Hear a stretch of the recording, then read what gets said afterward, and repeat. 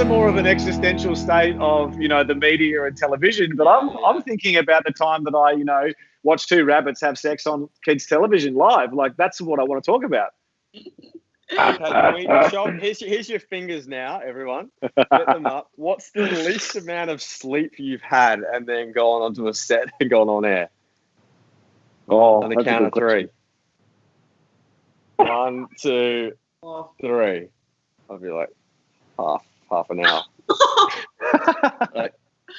See, what was yours, Grace? I couldn't see. I was 4. I'm pretty good. I'm a good sleeper, and I'll sleep anywhere too. So it's about it. Grace, you've just been a loser. You need to get out there and enjoy life more. Scotty, I will say this as a side note. My first ever episode of Kids WB in 2006, I was so excited. My mates were all excited, but it coincided with my best mate's birthday on the Friday night. So we were going live. We were on air on Saturday morning at 6:30 or whatever it was.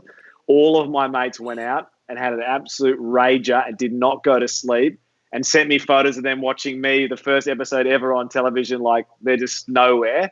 So that was quite an experience for the first time. Oh, hang on, but you went to bed. You were I had to go to bed.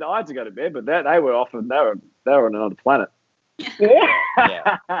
I really learned how amazing per DMs were very quickly. Like getting an envelope with money from the ABC. Kane and I, we're going to share one story. We're going to give Olby something. Come on, let's give him something. Which story do we want from Canada, Kane? So Kane and I got to film a series together over twice in Toronto. It was called Splatterlot. It was like Wipeout. And they couldn't have sent 2 more naughty Australians over there to have a good time for 8 weeks at a time. Kane, please take the mic. Mate, that is... I think we're mainly pretty professional and pretty well behaved for the most part. I definitely got my 8.5 hours sleep every single evening.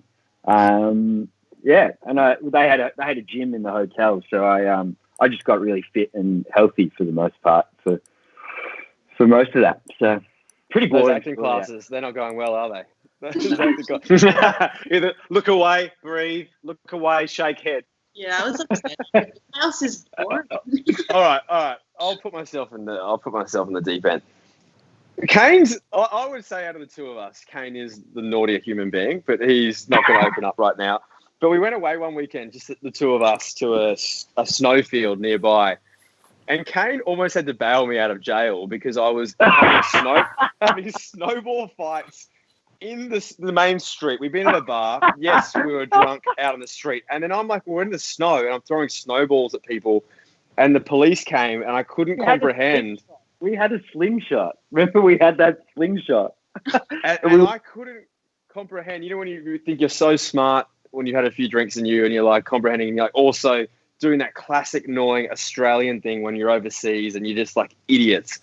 And I couldn't comprehend that the police were just like, go to bed.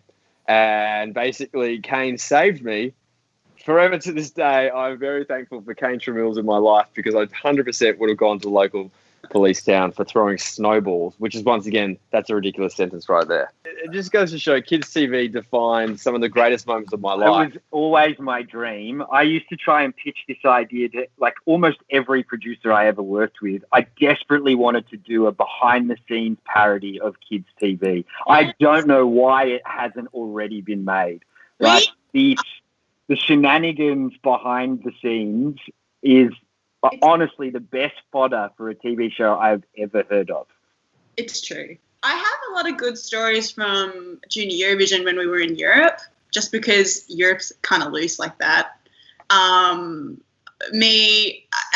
I traveled with like 2 lad producers and we were just like, we have no idea what we're doing. We've just been given this show and we just have like a shitty P2 camera and that's it. And they just like followed me around the city. If you look at the history of Kids WB, which was before it was good, What's Up Doc and the Bugs Bunny show, the hosts of that show previous to me and Georgia were like Kate Fisher, Sophie Lee, a couple of other just beautiful girls who I'm pretty sure were there for the dads. Some of them, upsetting. I won't say too much more.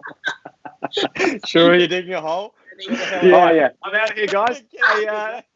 What's that? I've got to. Yeah, I'm coming. I said I'd come soon. All right. I got to go, guys. Pleasure.